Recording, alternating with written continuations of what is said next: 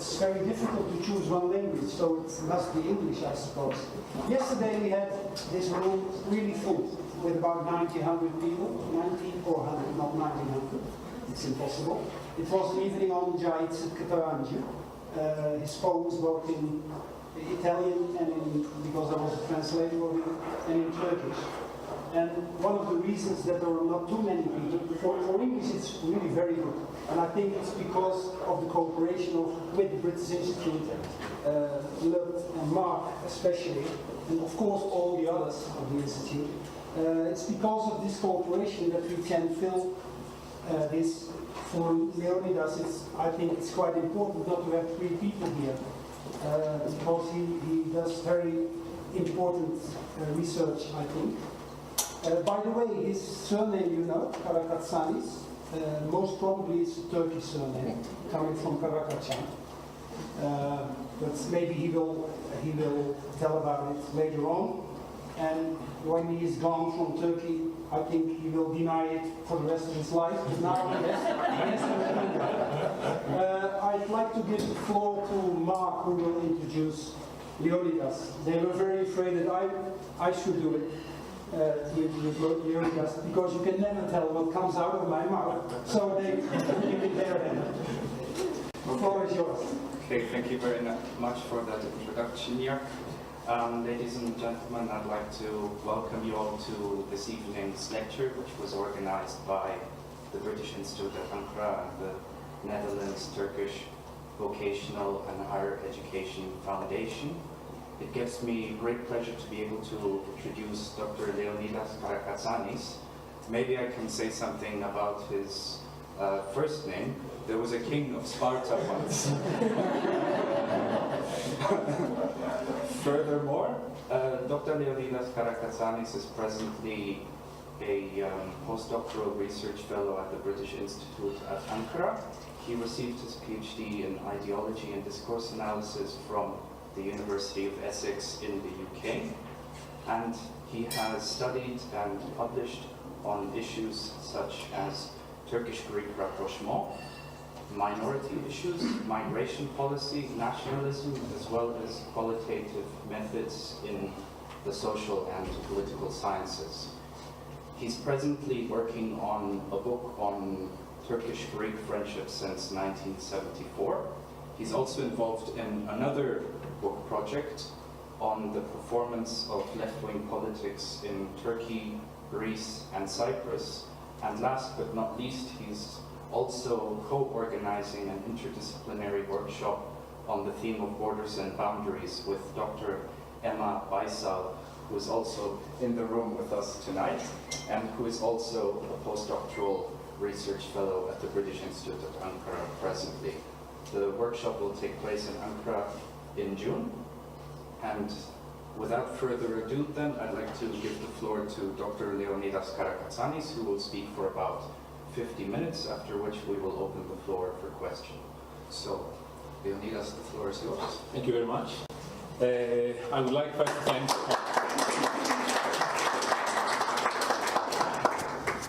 after so big names that were heard in this whole, it's clapping. So thank you very much. And first of all, I would like to thank NIHA for hosting this and BIA for organizing this, specifically Jak and Lut. And of course, Mehmet for this amazing poster that has amazed everybody that has had the chance to look at it. One small thing, your microphone is up front. Yes. Thank you very much. Yeah. So now it's okay. Yes. Better. So, Greek-Turkish friendship. Does it really exist? This has actually been the most usual response that I would get from Greeks and Turks alike when I would kind of sum up in a provocative kind of way, sum up my research as I study Greek-Turkish friendship. And this is indeed a very interesting question, though. It's not as simple as it sounds. And I think it's interesting to begin this talk with this, because it kind of encapsulates a series of challenges, objections, and second thoughts, which I feel it would be nice to deal with them beforehand. Because does it really exist as a question can be posed in quite different ways, from very different positions and alluding to very different things. Let's say at least 3 things among many things that we can think about, but let's stick to those 3 for not losing lots of time. The first question would be the very angry question, with a frown: does it really exist? And this would be the kind of very radical nationalist perspective, which would say, come on now, what kind of Greek-Turkish friendship? This thing cannot exist. And it cannot exist because Greeks and Turks are destined to be enemies. It might sound a bit of naive, but actually it has informed foreign policy for some years. It has informed the content of academic writings for some years. So it is a kind of significant type of question, but I would prefer to leave it aside for now, to go to the other 2 that are more meaningful for what I will try to narrate to you. So the second would be the question of surprise and the question of disbelief. Does it really exist? Or has it actually ever existed? So this is a quite sincere question. It is because after all, the typical connotation that would get someone when would look at this little thing, I don't know if you can see it. It is immediately a reaction of, ooh, the enemies. By the way, I was given this by my colleague Riley and friend, and I promised to wear it, so.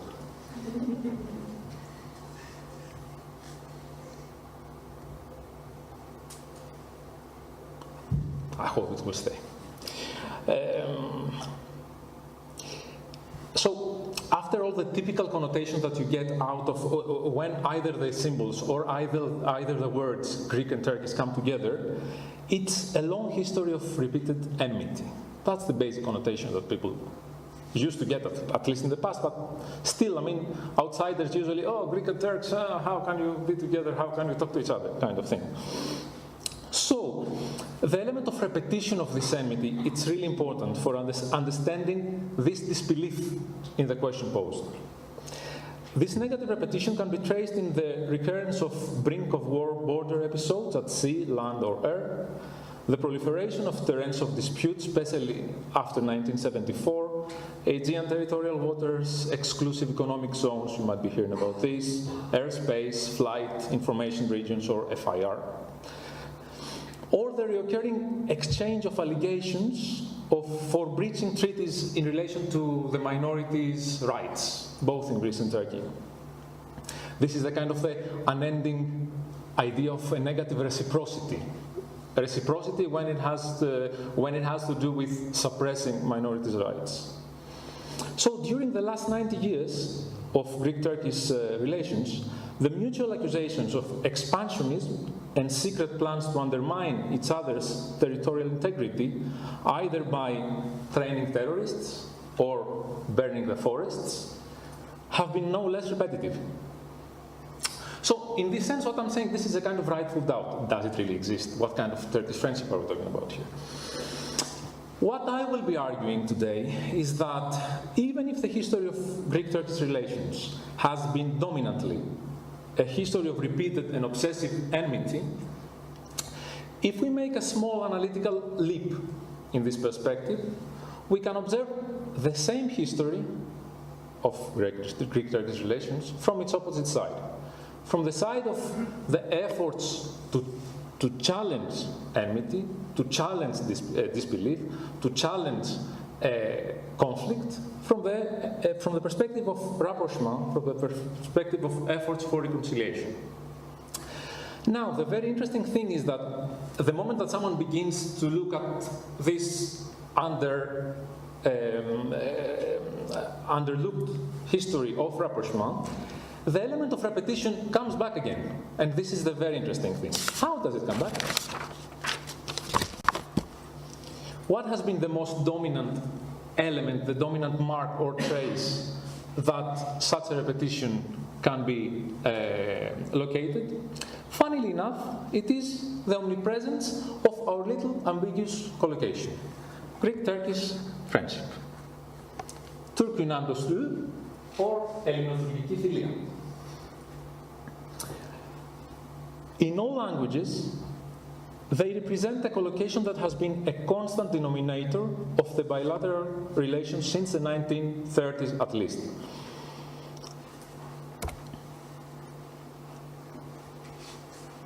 Like newspapers from like the 1940s, the 1950s, 1970s, 1980s, and Facebook later. So, friendship has been a word that has been obsessively appearing and reappearing after the demonyms Greek and Turkish, as an element of a political rhetoric, as a name for initiatives, associations or festivals, as a label in bilateral treaties, as the claim of social movements, or recently as a name in Facebook groups, even in advertisements, as I will tell you later. So, what I'm at least partially going to do today is to answer this question of disbelief. Does it really exist? By using Turkish-Greek friendship as a prism to examine the genealogy of the different type of politics of rapprochement hidden behind it.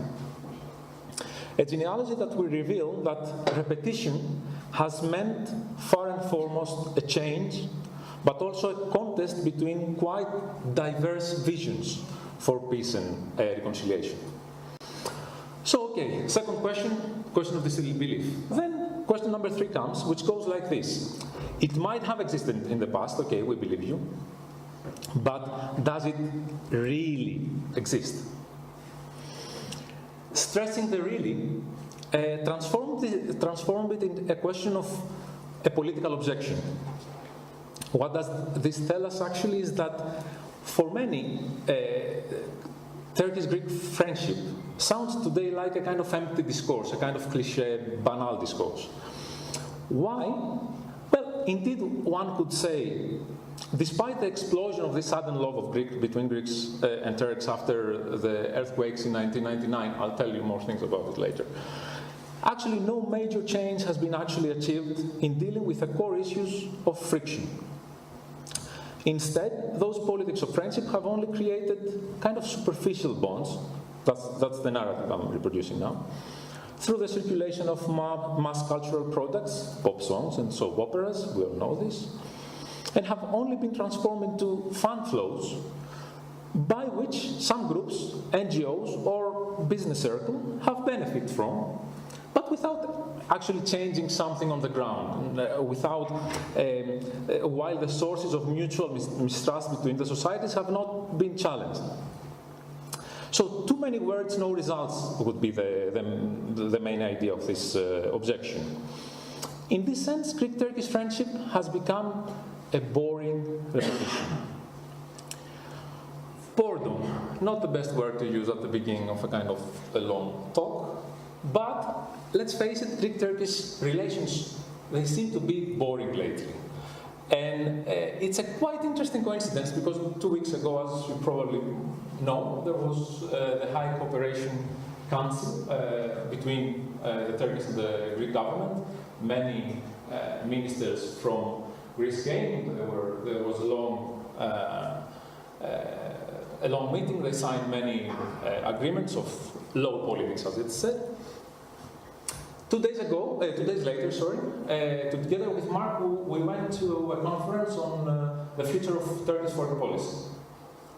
And I was really interested because it was just 2 days after the event.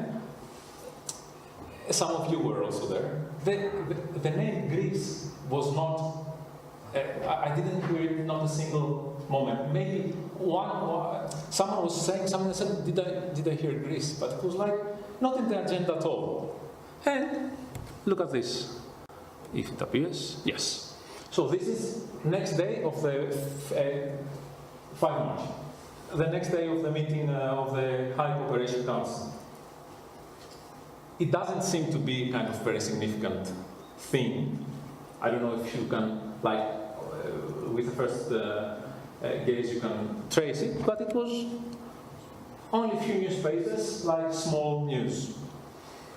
The interesting thing is 3 years before there was the first big high cooperation council held, and this was, of course, in all newspapers, much more significant first line news. And as we go towards the past, more passionate representations, more passionate responses.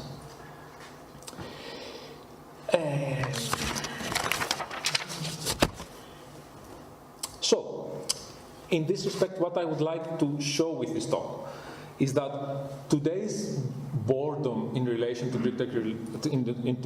Greek-Turkish friendship has been only a moment of a long process, of a long trajectory of meanings, practices, and passions invested in and related to Greek-Turkish friendship and Greek-Turkish relations. The most recent and most dominant one maybe today, but not the only. So, what the genealogical approach will try to do is ask exactly the question from the viewpoint of the present, what Michel Foucault calls history of the present. How did we come here? How did we arrive here? So what I'm going to do is present a concise history of the different content infused into this collocation, the last 90 years, it could be fast, while trying to respond to 3 questions. Who were the vanguard of friendship at every moment in history? Which ideologies and visions inform their practices? And third, what were the main challenges that a message of friendship faced? Who were its main enemies, if you want? So, friendship appears first at the terrain of Turkish-Greek relations as what I call an institutional label, giving its name to the Friendship, Neutrality, Conciliation and Arbitration Treaty signed in the 1930s. This was not innovative, however. It followed a trend of the period where friendship had entered for good the language of international relations and diplomacy. However, more than soon this label became localized, became too much Greek and Turkish, and entered the terrain of the effective political rhetoric of state leaders Atatürk, İnönü, and Venizelos. The term Greek-Turkish friendship, Türk-Yunan dostluğu, Elino-Turkiki philia were uttered constantly, presented as denominators of a foreseeable new Turkish-Greek relation for the future. And this was only few years after one devastating Greek-Turkish war, and as probably most of you know, one of the biggest population exchanges in world history. These discursive practices of the political elites circulating around friendship remained quite vibrant for a few decades. Even there was no actual content in such exclamations, apart from an absence of conflict. So there is a Greek journalist that writes about it in 1949, Achilleas Mamakis, who seems to be aware of this. And I read, "We cannot fool ourselves. Never in the past Greek-Turkish friendship, this brilliant idea of the two great reformers and visionaries, did it succeed in creating something more than a rudimentary psychic bond, or a bond outside the sphere of political expediency. If the hearts of people through the art and the intellect do not start to speak, this friendship between Greece and Turkey will remain a rhetorical schema, uttered in the parliaments and in the bold titles of newspapers. It will never become an emotional reality." Such inability for the message to reach the people was actually obvious. And there is a kind of funny story. When Celal Bayar, the Turkish president, visited Greece in 1952, he went to Kavala, and there is a decree from the police. Shop owners were advised, and police controlled that, to decorate their shop, their windows, with symbols of Greek-Turkish friendship. So friendship was a top-down message with which enlightened leaders were trying to educate their population. In most cases, unsuccessfully. So in the years to follow, what actually happens is that this warm paternalistic language loses its passion. Why? Because problems between Greece and Turkey start to rise because of Cyprus and because of the minorities. So while those tensions rise, Greek-Turkish friendship becomes a dry repetition. Usually, we can usually find it as a kind of diplomatic ritual. It is, people talk about it, but there is no actual content because, tension is on the rise. So that moment it was the entrance of both countries in NATO that was now producing this kind of friendship. Because there was a third enemy, USSR, that infused the idea of Turkish-Greek friendship with a strong anti-communist content. This kind of dying out of the message of friendship, of Greek-Turkish friendship, resulted in kind of surrealistic events like the Greek junta leader, Georgios Papadopoulos, like extreme nationalist person, as you can imagine, but also Arslan Türkeş, who was the leader of MHP and quite nationalist party in Turkey, presenting themselves in the 70s as supporting Greek-Turkish friendship. At the same time, they would envision the cleansing of minorities. Okay, there is a significant date that changes everything, and this is 1974. In 1974, there is the war in Cyprus. Cyprus is dichotomized. And this has been a key factor, not only for freezing Greek-Turkish relations for years to follow, and stimulating the proliferations of the problems that we see today. But strangely enough, as I will now be showing, it became a nodal point for radically transforming the practices and discourses that were related to Greek-Turkish friendship discourse. Actually, the most expected outcome of the war in Cyprus would be the absolute demolition of any reproduction of this discourse. What kind of Greek-Turkish friendship? I mean, the two countries almost were on a full-fledged war. The thing is that, and this is what I'm going to show, how did it come back? It came back by the emergence of new performance of the discourse and a totally new content of this discourse. Let's follow two of those trajectories molded by the new groups that perform friendship after 1974. The first is a politicized one, connected mainly with the Greek and the Turkish left. And the second is what I would call a post-political or anti-political one, related mainly with the liberal center. I'll start with the initiatives of the politicized friendship of the left, because these were the ones that emerged quite close to the Cyprus war. The politicized friendship.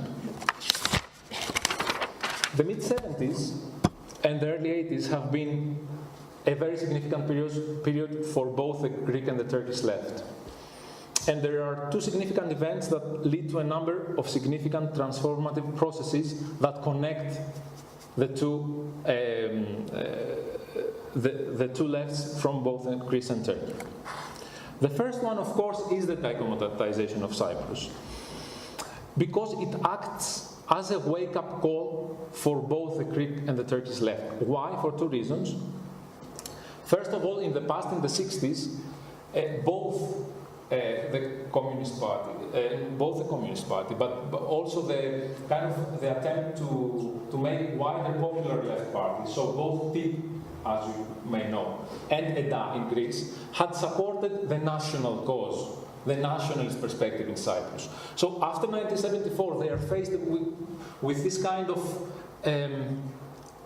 guilt that, you know, we were also part of it. So what can we do? that was the first one. The second one, which is more interesting, is that in Cyprus there was a left that had operated beyond the ethnic divisions. There were cooperation of ethnic Greeks and ethnic Turks within the unions and within the leftist party in Cyprus. So, after 1974, where Cyprus is dichotomized, the Greek and the Turkish left are left with this ghost in their hands, and they have to do something about it, and they actually start doing, because from the mid-70s, there is a mobilization of Greek-Turkish peace movement, which makes the first steps. Barış Derneği, founded in 1977, and the Greek Committee for International Detent and Peace, both of them connected with the communist parties, start a series of meetings, festivals, panels that are organized in Europe, are organized, some of them in Turkey, some of them in Greece. And it's the first time that, like, actual people from the two parties come into face-to-face interaction. Friendship between Turkish and Greek people starts becoming a dominant message of these meetings. As, for instance, we can see in one of the meetings in Thessaloniki, where Irini, Philia, Αλληλεγγύη, Peace, Friendship and Solidarity runs the top banner. And the interesting thing with this is reproduced in many publications, in many names of festivals, etc., etc. The very interesting thing is what happens here. The left tries and manages to claim the idea of friendship between Turkish and Greek people from its anti-communist content that was very dominant before, and tries to make it its own. Let's see the second significant event and what was the effects of that. 12 September 1980, as you most probably know, this is the date of the coup d'etat in Turkey. There are two tangible effects out of the coup. Let's name them. One, the radical left effect, and one, the popular or wider left effect. The prosecution, imprisonments and death in prisons that followed the coup in Turkey, which targeted mainly the left, stimulated a large flow of political refugees to Europe, mainly through Greece. Many of them stayed in Greece. So those refugees that stayed, for the first time, create the conditions of a prolonged contact between segments of the two societies, and create the possibilities of actual political friendships. During a period that, this is the very important thing, that specifically in Greece, anti-Turkish sentiments were very high, very dominant because of Cyprus. As one of my interlocutors, member of those initiatives in the past in Greece, said, it is then, after 1980, when the relation becomes more intense. The 1980s are the equivalent of the 1999 earthquakes for the left. The Turkish refugees arrive here, and we, Greek leftists, had to transform into practice all the ideas we had about internationalism. The outcome of this period is the establishment of quite a large number of associations, initiatives, informal networks of support to the Turkish refugees. And let me focus just for a while on a case study in order for you to, in this long genealogical history, to get a grip of the things on the ground. The case of the association called EAMLET, which is the Union for Solidarity between the Greek and the Turkish peoples. Why EAMLET is interesting? EAMLET is an interesting case because, in contrast to other initiatives that were mainly closed and partisan networks, what EAMLET did is they tried to create communication links with the wider public, with the wider Greek public, and challenge those national stereotypes that were very dominant those years. How? For instance, this is a call they published in one of the most circulated Greek newspaper, Ethnos, back then, which has a question that says, what does a Greek think about a Turk, and what a Turk about a Greek? This was a question addressed to the wider Greek population, which initiated a letter exchange with members of the association, which was amazing for that period. I mean, I saw the archive, and there is a packs of letters that people send trying to deal with these stereotypes of theirs. The interesting thing here is that the idea of friendship between Greek and Turkish peoples becomes a project, and becomes a project for Hamlet that it is not based only on ideas of peace, but also on common struggles and the common suffering that has been the history of the left in Greece and Turkey. Which takes me, I'll skip that. Takes me to the second effect, which is the effect of the 1980s coup in Turkey in the popular and the wider left.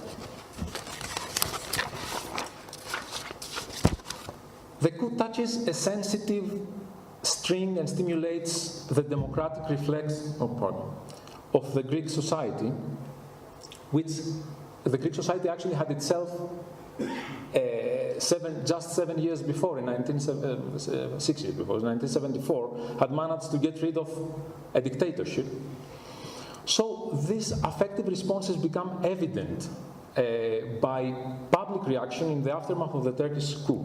This was quite interesting. I really didn't know about this, and when I was doing the archival research, I found it.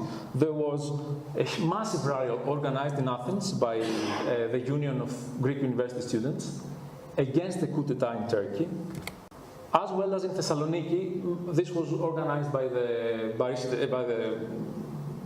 peace organization, which was related to the Communist Party. So what the coup in Turkey actually stimulates is an affective excess between Greek and Turkish leftists, a feeling of sharing a common history of suppression by authoritarian regimes or parastate terror. And the interesting thing here that this is not confined to the radical left. This is a feeling shared by most of the people that felt themselves as democratic. For instance, the appeal that a collaboration of artists that you probably know, Mikis Theodorakis with Zulfun Livaneli, back then in the 80s had, was mainly because of this affective intimacy of a shared leftist identity. This was also, Livaneli also collaborated with Maria Farandouri, also a very political, a singer with strong political connotations in Greece. Okay, there is, however, a much more significant for the history of Greek-Turkish cooperation effect. The effect of the collaboration of the municipalities in the Aegean Sea. This was made possible when, in the late 80s, both in the Turkish coast and in the Aegean Islands, there were left-inclined candidates winning the local elections. The most famous example is Mytilini and Dikili. Dikili, Osmanos Güven, maybe you've heard of he was still now, I mean, after years off, he was again the mayor. He's coined sometimes the Robin Hood of local government in Turkey. And in Mytilini, Stratis Pallis, they begin a cooperation that, in modern terms, we would say became viral. It started there, and the whole idea of Greek-Turkish friendship became very intensively connected with the discourse they produced. And then it kind of diffused into other islands. There was a strong, this case, which was a campaign against the gold mining in Ovacik, which had started already back then, was a very interesting case because it actually brought together all those kind of pairs that emerged out of this friendship discourse traveling around the Aegean Sea. So, let me remind you where we are. After 1974, the discourse of Turkish-Greek friendship is modified from a government-produced rhetoric into practices taking place on the ground, in the societal level, infused with different meanings. We explored the meanings infused by the radical left and the popular left. So let's move to the second trajectory, which is what I coin a post-political discourse. In the urban context of the metropolises, specifically Athens and Istanbul, Ankara didn't participate in this network for years. Turkish-Greek friendship was transforming into a message with different dynamic content infused to it, mainly by artists and intellectual elites. The assassination of Avdi Bekçi, who is a very famous editor of the newspaper Millet in the 60s and 70s, he was assassinated in 1978, just a few days after his return from a trip to Greece for a reconciliation project between journalists. So his assassination became the symbol that led to the emergence of maybe the longest lived initiative in the history of Greek-Turkish reconciliation and Greek-Turkish rapprochement, the Avdi Bekçi Friendship and Peace Prize. Here is the medal that was produced. The Avdi Bekçi Prize actively affected the way that the motto Greek-Turkish friendship was understood, imagined, and performed by a whole generation of people in the 1980s and the early 90s. The prize was organized by Millet newspaper in Turkey and an independent committee in Greece. Was an initiative that lasted for 23 years. This is a quite unique thing for a non-governmental initiative in the terrain of actually not really funded in an era that, this kind of NGO thing was not funded by anybody. The committees awarded more than 400 people back then, and you can actually see the mark of this prize being reproduced in the small CVs and blurbs, bio blurbs of many artists, politicians, intellectuals, writers still today. The prize gained wide representation in the media, especially around the times of the awarding ceremonies. It was granted a UN recognition. And quite significant for its success, I would say, it also became the target of a nationalist attack, specifically in Greece. What it actually did, the Avdi Bekçi Friendship and Peace Prize, was to become a radar of friendship.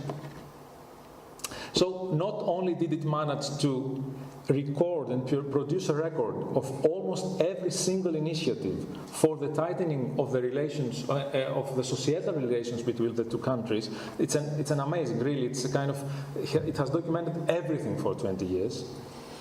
But, and this is the most interesting for me, it has managed to subsume under the title of friendship almost all initiatives that were not necessarily related to that discourse, by granting them a friendship prize. In parallel to the Bekçi Prize, this discourse of friendship, which became quite dominant in the 90s and 80s, was augmented by the establishment of two associations in Athens and Istanbul in 1987. It was the Turkish-Greek Friendship Association and the Greek-Turkish Friendship Committee in Athens. Both of them, like significant artists, significant intellectuals, participated.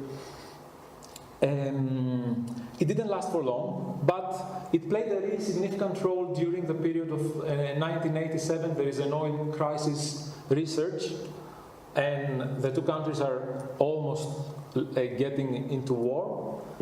And there is the famous Davos process where Turgut Özal met with Andreas Papandreou. Before their meeting, these two organizations kind of played the role of the personal diplomat. they were used to exchange messages between the two prime ministers. So what was the unique content of this type of associations, and why do I call them post-political? By the way, this is not a negative term. For both, and for all this kind of type of discourse on Greek-Turkish friendship, a national reconciliation, a political reconciliation within each country, in Turkey and Greece, was a precondition to speak for a Greek-Turkish rapprochement. What do I mean by this, in other words? In order to achieve a reconciliation between Greeks and Turks, the two societies should first find their own voice away from political conflict. No left, no right. Let's speak between us as Greeks and Turks. That was the main idea that they were trying to promote. Okay, let me wrap up now by drawing a first tentative conclusion.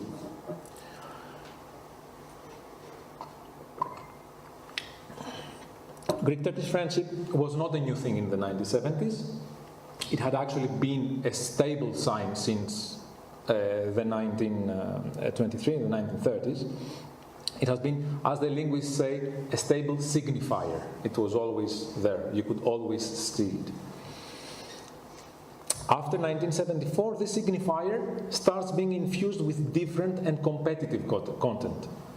From being fixed as a dry label, as a diplomatic discourse, with a strong anti-communist content at the end, it was now unfixed, permitting the infusion of more than one projects, more than one visions into it, as we saw, like a kind of more politicized and less politicized one. It was transformed into what discourse theory calls a floating signifier. A signifier that floats and people can infuse the kind of passions into it.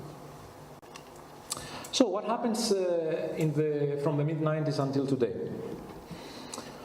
If 1974 and 1980s were the two nodal points for the production of this type of discourse, then it's two significant crises, the NIHA crisis and the 1999 Öcalan crisis.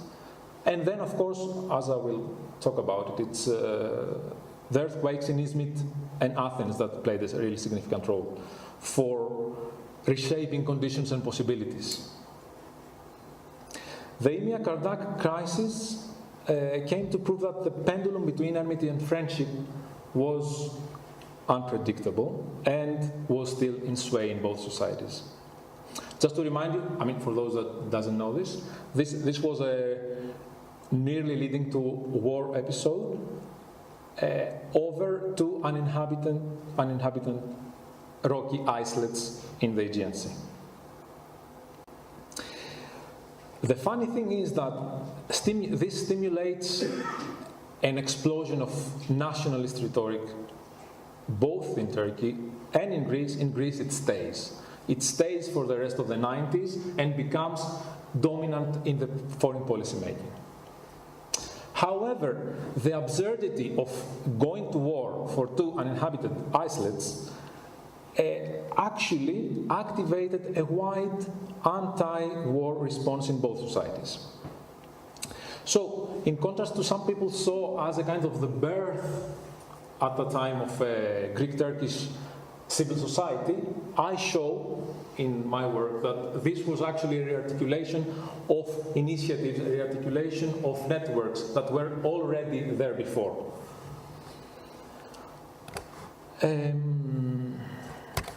Yes, so it's the moment that you have the establishment of many new, indeed, initiatives, many new associations that are either specific related only to Greek-Turkish relations, or they in wider associations you have branches that work on Greek-Turkish issues. How did this take place? How did this boom, explosion happen of associating in relation to Greek-Turkish rapprochement? what I say is that the EMEA-Kardak crisis created such an intense polarization between nationalists and peace-leaning groups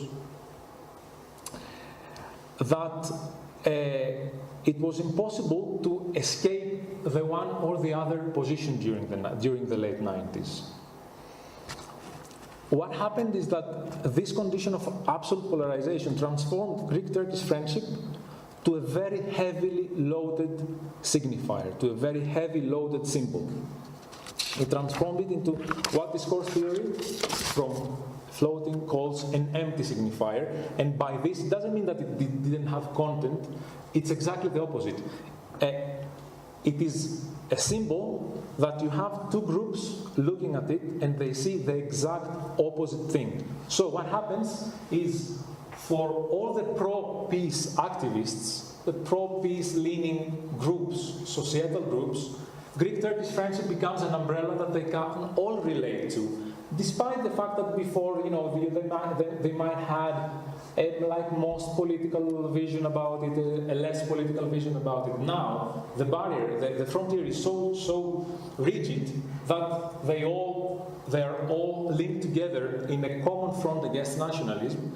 But from the other side, from the nationalist perspective, Greek-Turkish friendship becomes an evil symbol of treason.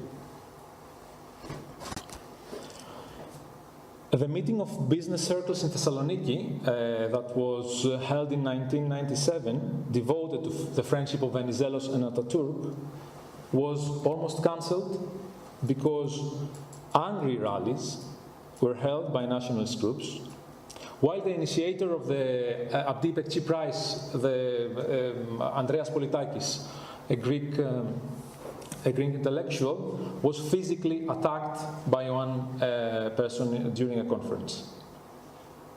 So, hopefully what I've sketched until now is an answer to the question of disbelief. Greek-Turkish friendship, does it really exist? Well, it exists. It provided the discursive space for the birth of very different type of initiatives. It also gave the opportunity for the opposite groups to find their real enemy. Let me use a very quick parenthesis, like a flash forward 10 years after that, which was actually my first experience as an ethnographic research experience for this research.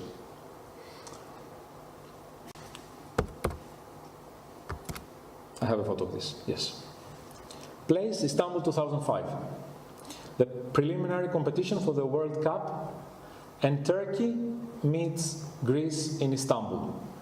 Maybe the people that like football, I don't like football very much, but this was a very nice occasion to start your research. Maybe you remember that. It was 0-0, fortunately, and hope for me, I'll tell you. So there is a very interesting element in this case. The two football associations decide to hold the match without supporters from the guests, so no Greek fans. They are too afraid for, we're in 2005, this is weird, because the whole discourse of friendship was at its high peak. The football association said, no, this is too dangerous, we cannot afford that. Only Turkish crowds, only Turkish fans. Okay. So Turkcell, most of you know it, probably you live in Turkey, it's the biggest mobile company, is also the main sponsor of the Turkish national team. So they say, no, okay, we will do a campaign on Greek-Turkish friendship. So what they organize a VIP stall in which 10 Greeks and 10 Turkish students would watch the match together in the spirit of friendship. The previous day, the 10 and 10 meet together, we get into Beşiktaş Stadium, which was really nice because it's in a stadium. We get photographed with flags and stuff. And the next day, the day of the match, we have an appointment at one of the Iskele Bebek, I don't remember. We enter into this kind of touring boat of the Bosphorus, and okay, this is the perfect Greek-Turkish friendship party. music, common music, baklava style of thing. It's funny, okay. You got like, at the same time, you are forced to wear this kind of hat of the Turks and the two things. But it's okay, it's fun. We had the tour and we reached the Beşiktaş states. Everybody is really stressed. It's okay. They pack it up, they pack the Greek flags, they give the Greek flags to the poor 10 Turkish students and say, hide them. So they're like doing like this, because we had to walk from the iskele to the VIP stall among the fans that were arriving to the stadium. But I say, the organizers come to us, okay, but for 5 minutes, don't speak. Don't show us. We arrive at the stall. Okay, there is a strong surrealism. Below us, there is a group of nationalist fans. They have this huge banner with Cyprus all red. And when they realize that on top of them there is a group of Greeks in this VIP stall, they start throwing the sticks of they don't reach out, but the sticks of the flags. At the same time, so you have like 100% Turkish fans, red field, this small stall with Greek flags and Turkish flags, the nationalists shouting at us, and the boards, saying messages about Greek-Turkish friendship. And this is an absolute surrealistic scene. So, two things that we can get out of this scene. First, that in 2005, and despite the fact that, one, the discourse of friendship had actually reached its kind of top moment, the economic ties were on the rise. Just a few months later, the Greek National Bank bought Finance Bank, like the first 45%.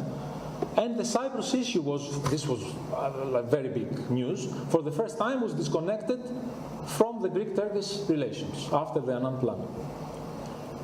Still, Greek-Turkish friendship could coexist with enmity.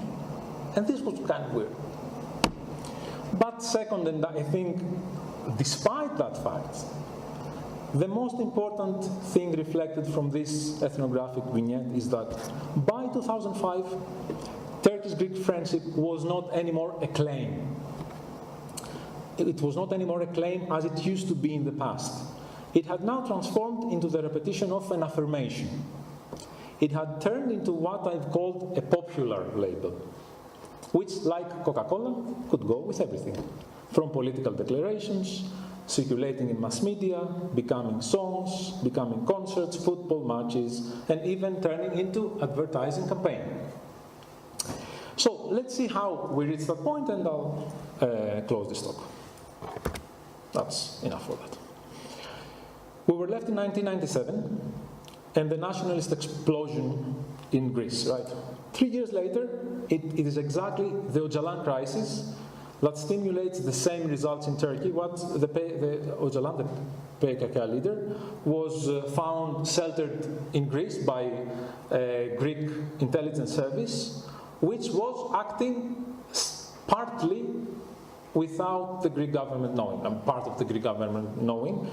As I said, there was a dominance of the nationalist circles after IMIA. But the strange thing is that you had the Prime Minister, Kostas Simitis, back then, which was a quite moderate liberal. So there was a kind of this strange thing going on that caused a huge crisis between Greece and Turkey at that moment. There was a shock in Turkey that caused a very intense response. Among such responses was the call for a boycott of Greek products and the freezing of all the rapprochement initiatives at that date.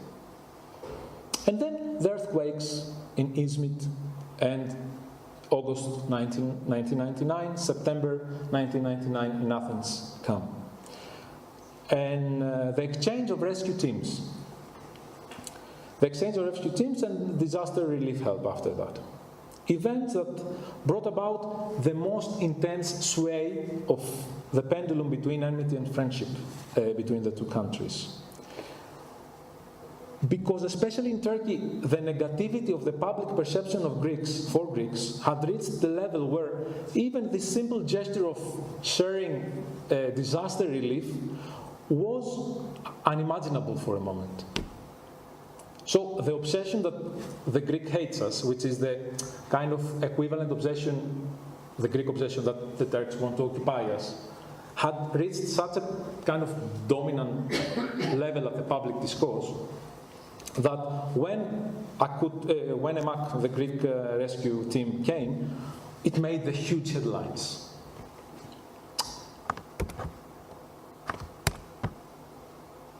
In the Aegean, like a family, friendship cannot demolish, will not demolish.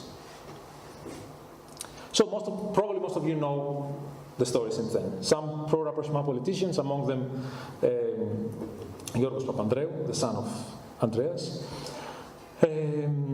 took advantage of this kind of positive climate and succeeded in bringing about significant political developments with significant effects in the relations of the two countries. The Helsinki summit is one of them, which opened actually the Greek veto against Turkish accession to EU was withdrawn, and the Turkish EU path was able to launch. So it is at this point that Greek-Turkish friendship reappears as the most available discourse, once again, of course. But it's the most available discourse to cover those extreme, intimate, affective changes from enmity to rapprochement. So what takes place after 1999 is the emergence of really a big number of Turkish-Greek initiatives that are either titled, either related to, either represented as in newspapers, or reproduce the discourse of Greek-Turkish friendship. I mean, I know you cannot see this, but this is a kind of timeline now of initiatives on friendship and reconciliation since 1923, and when it becomes really dense, it is after 1999.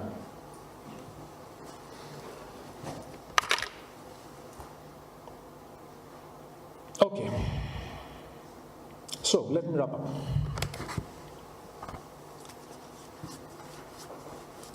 Before 1974, the Turkish-Greek friendship discourse appears as a top-bottom discourse in the form of a paternalistic rhetoric and a dry institutional label or a dry diplomatic label, as I told you before.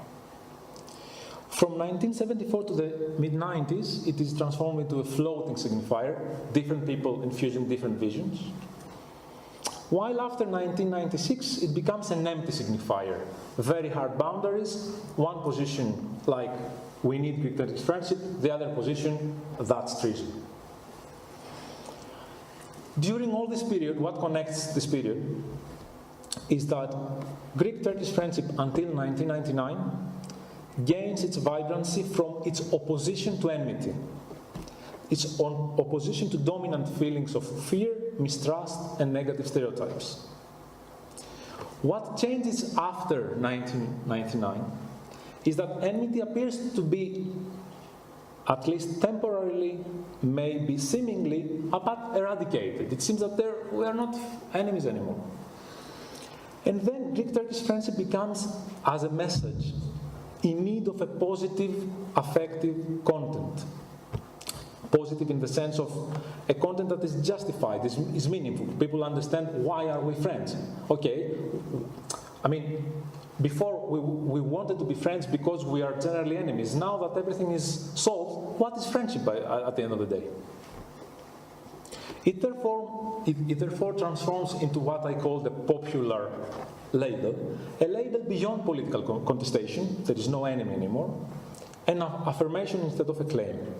Maybe this can be also kind of a way to explain why Greek rebetiko music in Turkey has such a big success, and why the Turkish soap operas in Greece have so much success, because they give a content, they give a meaning, they give public visions of the other that one can relate to. So, in the absence of contestation, in the absence of enmity, the only contestation that would there be is that who can provide this positive content? Who is the main performer of Greek-Turkish friendship? The left had lost its vanguard position that had in the past, mainly because a big part of it, both in Greece and Turkey, we can discuss about this later, had turned nationalist. And because, like for the part that did not turn nationalist, the kind of internationalist left, as a good friend of mine, Foti Benlisoy writes, this kind of groups believe that the circulation of capital sufficed for the creation of strong societal needs. If you think about it, this was indeed what the main message that was delivered in the last meeting of the Greek and the Turkish Prime Minister was conveyed. More economic ties, more investment, more commerce. That's the solution. So, we are back into the initial moment of this talk. The moment where this discourse has been a discourse of repetition in the last 12 years. It has become boring. But in this kind of context, to be boring, is it such a bad thing? I would say not necessarily. Why? It might actually mean that a certain degree of normalization has been achieved. So, no more passions, no more need for passions in the Greek-Turkish relations. That's fine. Is this the case? Umarim, as Turkish word says for I hope. However, and I'm closing completely with this, we live in a context where both internationally and regionally things seem hot. Pressing urge to find new energy resources, strategic repositioning of alliances in the region, and on top of that, an ongoing global economic crisis. One should be more careful about how predictions could go right now. Moreover, Greece and Turkey are steaming up with internal political tensions. Apart from the authoritarian shift in Turkish politics, there is an extreme polarization in Greece. Especially as this last slide shows, unexpected voices enter the scene of Greek-Turkish relations in unexpected ways. On the one hand, the once extremely marginal party of Golden Dawn, a Nazi party in Greece, has now seats in the parliament and figures over 10% in the last polls. Of course, it claims that the whole Aegean Sea is Greek and they are ready to die for it. At the same time, in Turkey, some old supporters of Greek-Turkish friendship in the 90s are now accusing the government of selling away territory, of selling away the islands that are occupied by Greeks, inhabited this time. In this new emerging setting, what seems to have been lost through boredom is the promptness, the readiness of people, the necessary political reflexes to react. Reflexes which in the past were molded through the politicized or the less politicized, but still passionate, effort to give meaning to Greek-Turkish friendship. In this respect, remembering, rethinking, and being aware of such a history and of such genealogy of the efforts for rapprochement and friendship might have something to say for the present or the future of the relations between the two societies. In order for Yorgo and Ahmet keep being in the forefront of the stage instead of the warships. Thank you.